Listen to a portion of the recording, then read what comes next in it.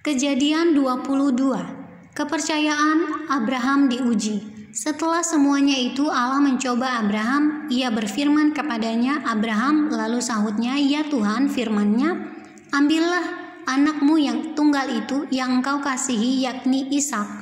Pergilah ke tanah Moria dan persembahkanlah dia di sana sebagai korban bakaran pada salah satu gunung yang akan kukatakan kepadamu." Keesokan harinya pagi-pagi bangunlah Abraham.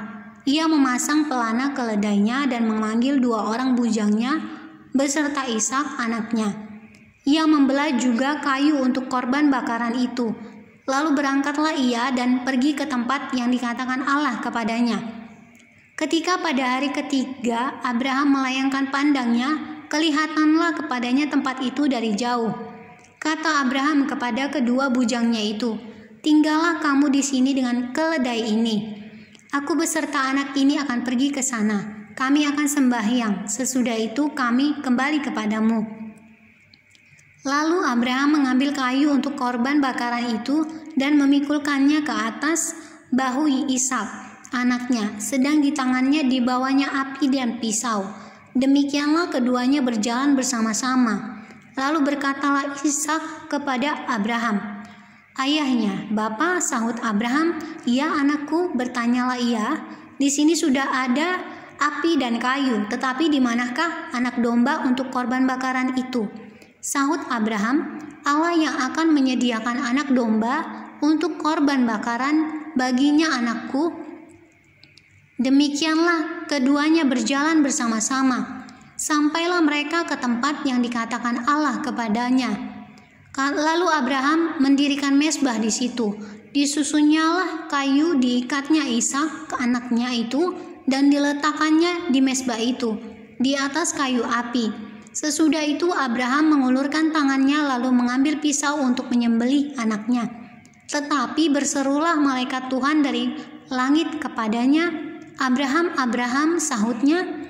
"Ya Tuhan." Lalu ia berfirman, "Jangan bunuh anak itu dan jangan kau apa-apakan dia. Sebab telah ku ketahui sekarang bahwa engkau takut akan Allah dan engkau tidak segan-segan untuk menyerahkan anakmu yang tunggal kepadaku." Lalu Abraham menoleh dan melihat seekor domba jantan di belakangnya, yang tanduknya tersangkut dalam belukar.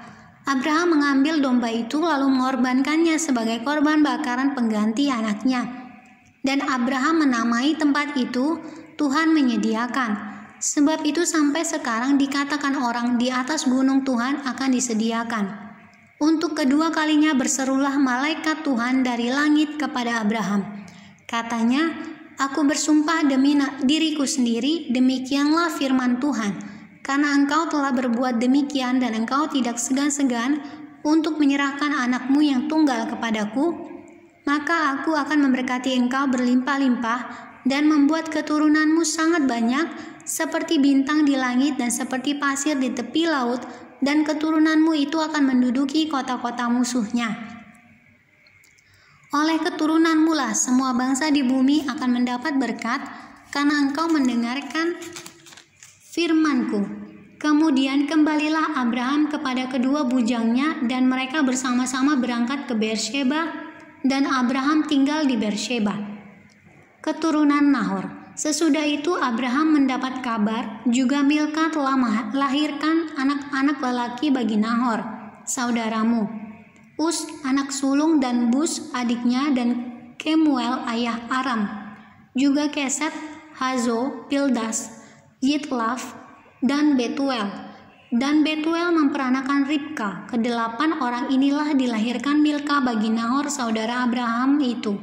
Dan gundik Nahor yang namanya Reuma melahirkan anak juga, yakni Tebah, Gaham, Tahas, dan Maakah.